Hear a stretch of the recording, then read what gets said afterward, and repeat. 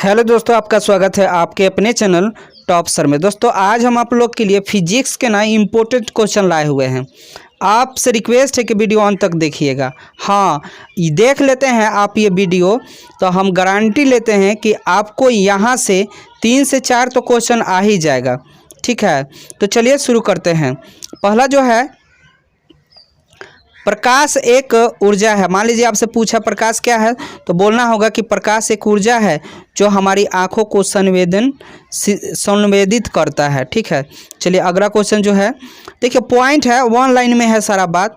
देखिए निर्वात में प्रकाश की चाल कितनी होती है, तो 3 गुने 10⁸ मीटर प्रति सेकेंड होती है। ठीक है ना, निर्वात में प्रकाश की चाल।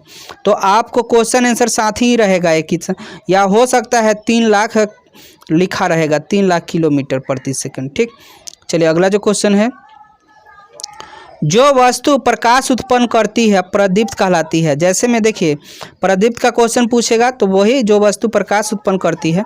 जैसे में हो गया सूर्य हो गया, विद्युत बल्ब हो गया, मोमबत्ती हो गया। ठीक, चलिए अगला जो क्वेश्चन है, अप्रदीप्त वस्तुएं, तो जो वस्तु खुद प्रकाश उत्पन्न नहीं करते हैं अप्रदीप्त वस्तुएं कहलाते हैं। जैसे में क्या है, चंद्रमा है, पृथ्वी है, पहाड़ है इत्यादि। चलिए अगला जो क्वेश्चन है, देखिए दृश्य प्रकाश की तरंगदैर्घ्य होता है तो कितना, 7800 एंगस्ट्रॉम से 3900 एंगस्ट्रॉम तक।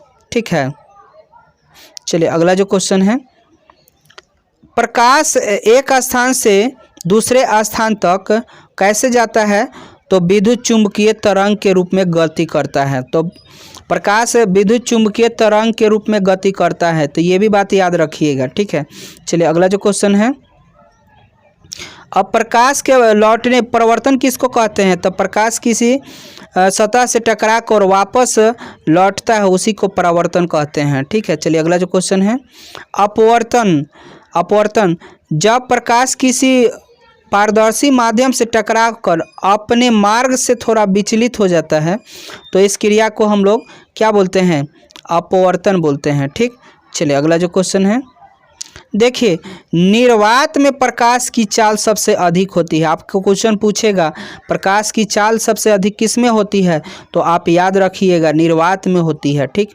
चलिए अगला जो क्वेश्चन है, जिस माध्यम से होकर प्रकाश गुजरती है उसे प्रकाशिक माध्यम कहा जाता है। प्रकाशिक माध्यम कहा जाता है किसको, तो जिस माध्यम से प्रकाश गुजरती है। ठीक है, चलिए अगला जो क्वेश्चन है, पारदर्शी माध्यम, तो जिस माध्यम से होकर प्रकाश आर पार निकल जाती है उसको पारदर्शी माध्यम कहते हैं। जैसे हवा हो गया, कांच हो गया। ठीक, अगला क्वेश्चन जो है, प्रभासी माध्यम, तो जिस माध्यम से प्रकाश केवल कुछ ही भाग निकल पाता है, जिस माध्यम से प्रकाश का जो है कुछ ही भाग निकल पाता है उसको हम लोग प्रभाषिक बोलेंगे। ठीक है, चलिए अगला जो क्वेश्चन है, अपारदर्शी माध्यम, तो देखिए जिस माध्यम से प्रकाश किरणें नहीं निकल पाती है, नहीं जा पाती है उसको हम बोलेंगे अपारदर्शी माध्यम। ठीक है, चलिए अगला क्वेश्चन जो है, अभिसारी किरण, देखिए यदि किसी स्थान से आकर प्रकाश किरणें एक बिंदु पर मिलती हो तो उस किरण को अभिसारी किरण कहेंगे। ठीक है, चलिए अगला जो क्वेश्चन है, अपसारी किरण, यदि प्रकाश किरण एक ही बिंदु से आ रही है तब उन किरणों को अपसारी किरण कहेंगे। यह अभिसारी किरणों के विपरीत होती है। चलिए अगला जो क्वेश्चन है, समांतर किरणें, यदि प्रकाश किरणें एक दूसरे के समांतर हो तो समांतर किरणें कहलाती है। चलिए अगला जो क्वेश्चन है, परावर्तक तल, जिस सतह से प्रकाश का परावर्तन होता है उसे परावर्तक तल कहते हैं। ठीक है, चलिए अगला जो क्वेश्चन है, प्रकाश के परावर्तन के 2 नियम, आपतित किरण,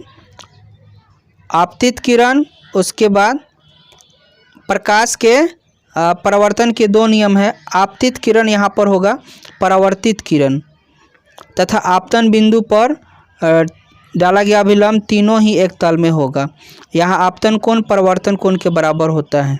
ठीक, चलिए अगला क्वेश्चन जो है, परावर्तन के बाद यदि प्रकाश किरणें किसी बिंदु पर वास्तव में मिलती है तो उस वास्तविक प्रतिबिंब प्राप्त होता है। इसे पर्दे पर प्राप्त, यानी वास्तविक प्रतिबिंब किसे कहते हैं? तो परावर्तन के बाद जिस बिंदु पर कोई वस्तु मिलती है उसी को कहेंगे। इसे पर्दे पर प्राप्त किया जा सकता है। आपको ऑब्जेक्टिव में पूछेगा कि किस प्रतिबिंब को पर्दे पर प्राप्त किया जाता है, तो वास्तविक आप मारिएगा। ठीक, चलिए अगला जो क्वेश्चन है, प्रभासी प्रतिबिंब। यदि परावर्तन के बाद प्रकाश की किरणें किसी बिंदु पर वास्तव में नहीं मिलती है, बस मिलती हुई प्रतीत होती है, तब प्राप्त होने वाले प्रतिबिंब आभासी होता है। इसे पर्दे पर प्राप्त नहीं किया जाता है, केवल फोटो लिया जा सकता है। चलिए अगला जो क्वेश्चन है, अपवर्तन दर्पण से प्रकाश का परावर्तन दबे हुए भाग से होता है। दबे हुए भाग से प्रकाश का परावर्तन होता है अवतल दर्पण में। ठीक है ना। अब पूछ सकता है कि अवतल दर्पण में प्रकाश का परावर्तन किस भाग से होता है, तो दबे हुए जो धंसा हुआ भाग होता है उसी से होता है। ठीक है, चलिए अगला जो पॉइंट है, उत्तल दर्पण से प्रकाश का परावर्तन उभरे हुए तल से होता है। ठीक है, चलिए अगला जो क्वेश्चन है, अवतल दर्पण की फोकस दूरी ऋणात्मक होती है। ठीक है, चलिए अगला जो क्वेश्चन है, अवतल दर्पण की फोकस दूरी धनात्मक होती है।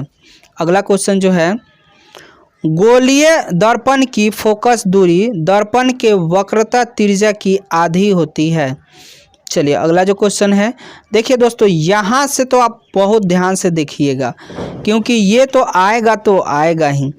अवतल दर्पण द्वारा बना प्रतिबिंब, यानी अवतल दर्पण द्वारा प्रतिबिंब का बनना, कहाँ पर प्रतिबिंब बनता है, कैसा बनता है, कब बनता है, ये सारा चीज़ हम लोग देखेंगे। ठीक है, अवतल दर्पण की बात कर रहे हैं। जब वस्तु अनंत पर होगी तब प्रतिबिंब दर्पण के मुख्य फोकस पर वास्तविक उल्टा तथा वस्तु से छोटा बनेगा। अब यहाँ क्वेश्चन बनेगा कि जब वस्तु अनंत पर होगी तब प्रतिबिंब कहाँ बनेगा, तो मुख्य फोकस पर बनेगा और वास्तविक होगा, उल्टा होगा और वस्तु से छोटा होगा। ठीक, चलिए अगला जो क्वेश्चन है, पॉइंट है और क्या, देखिए, जब वस्तु अनंत तथा वक्रता केंद्र के बीच स्थित हो तब प्रतिबिंब कहाँ बनेगा, तो दर्पण के मुख्य फोकस तथा वक्रता केंद्र के बीच बनेगा और ये वास्तविक, उल्टा तथा वस्तु से छोटा बनेगा। ठीक, जब वस्तु दर्पण के वक्रता केंद्र पर स्थित हो तब प्रतिबिंब बनेगा दर्पण के वक्रता केंद्र पर और वास्तविक होगा, उल्टा होगा और वस्तु के बराबर बनेगा। ठीक, चलिए अगला जो पॉइंट है, जब वस्तु वक्रता केंद्र तथा मुख्य फोकस के बीच स्थित होगी तब प्रतिबिंब अनंत तथा वक्रता केंद्र के बीच बनेगा और वास्तविक होगा, उल्टा होगा तथा वस्तु से बड़ा बनेगा। ठीक, चलिए अगला जो क्वेश्चन है, जब वस्तु दर्पण के मुख्य फोकस पर रखी हो तब प्रतिबिंब अनंत पर बनेगा, वास्तविक होगा, उल्टा होगा तथा वस्तु से बड़ा बनेगा। ठीक, चलिए अगला जो है पॉइंट, जब वस्तु दर्पण के ध्रुव और फोकस, मुख्य फोकस के बीच स्थित हो तब प्रतिबिंब दर्पण के पीछे आभासी, सीधा तथा वस्तु से छोटा बनेगा। चलिए अगला जो पॉइंट है, उत्तल दर्पण द्वारा प्रतिबिंब का बनना। वस्तु की प्रत्येक स्थिति के लिए उत्तल दर्पण द्वारा बना प्रतिबिंब आभासी, सीधा तथा वस्तु से छोटा होता है। चलिए अगला जो पॉइंट है, गोलीय दर्पण की बाईं ओर तथा मुख्य अक्ष के ऊपर की दूरियां ऋणात्मक होती है। ठीक, चलिए अगला जो क्वेश्चन है, गोलीय दर्पण की बाएं, तो देख लिए दाएं ओर तथा मुख्य अक्ष के नीचे की दूरियां धनात्मक होती है। ठीक, चलिए अगला जो बात है, दर्पण की फोकस दूरी दर्पण से वस्तु की दूरी तथा दर्पण से प्रतिबिंब की दूरी के बीच का संबंध होता है। चलिए अगला जो पॉइंट है, प्रतिबिंब की लंबाई वस्तु की लंबाई के अनुपात को रेखीय आवर्धन कहते हैं, अथवा प्रतिबिंब की दर्पण से दूरी तथा वस्तु की दर्पण से दूरी के अनुपात को प्रतिबिंब की रेखीय आवर्धन कहते हैं। ठीक, चलिए अगला जो पॉइंट है, आवर्धन का कोई मात्रक नहीं होता है।